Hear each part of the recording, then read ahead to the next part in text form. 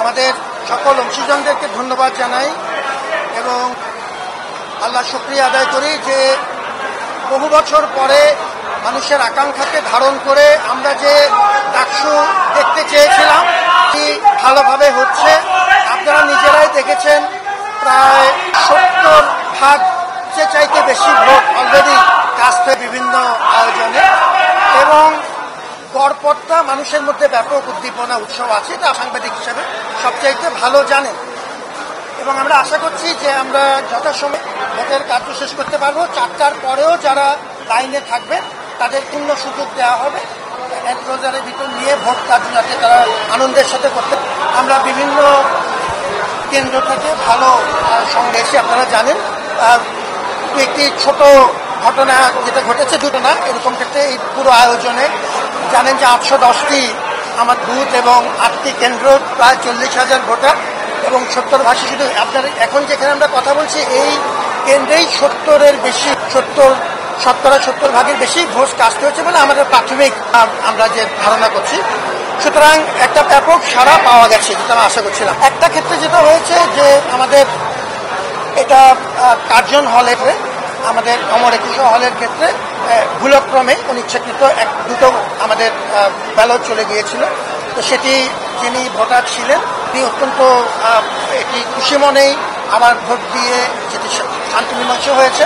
কিন্তু যেহেতু এরকম একটা প্রশ্ন এসছে আমরা সঙ্গে সঙ্গে স্যারকে প্রত্যাহার করে নিয়েছি এবং আমরা এখন সেটি সিসিটিভি ক্যামেরা যে কাভারেজ আছে সেটার ভিত্তিতে আমরা প্রয়োজনীয় আবার এটাকে তদন্ত এবং যদি কোনো ত্রুটি কারো থাকে ন্যূনতম আইনানুগ ব্যবস্থা নেওয়া হবে।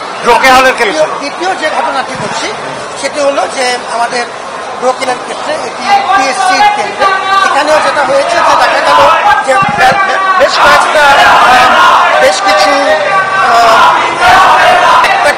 ক্ষেত্রে ওই ব্যালটগুলোর ভেতরে ঢুকলেন। আমাদের যিনি ভোটার ছিলেন তিনি বেরিয়ে আসার পরে বললেন যে একটা ব্যালটে আগে দাগ দেওয়া ছিল। তো যেহেতু তিনি আগে কোনো অভিযোগ করেননি কিন্তু পরে বেরিয়ে এসছেন সেটিতে বদলে দেওয়া হয়েছে এবং করা হয়েছে। তারপরে এটিকে আমরা সঙ্গে সঙ্গে আমরা প্রয়োজনীয় ব্যবস্থা নিয়েছি এবং এর জন্য আমরা সিসিটিভি ক্যামেরার মাধ্যমে যে তদন্ত করা প্রয়োজন সেটি আমরা করবো। এই ব্যাখ্যাগুলো সংশ্লিষ্ট আমাদের যে রিটার্নিং অফিসার আছেন তারা আরো বিস্তারিত বলবেন। আমি যে কথাটা খুব পরিষ্কার বলেছি এটি আমাদের শিক্ষার্থীদের দাবি, এখন সেটি দেশের দাবিতে পরিণত হয়েছে এবং আমরা আসক্তি হচ্ছে পূর্ণ স্বচ্ছতা।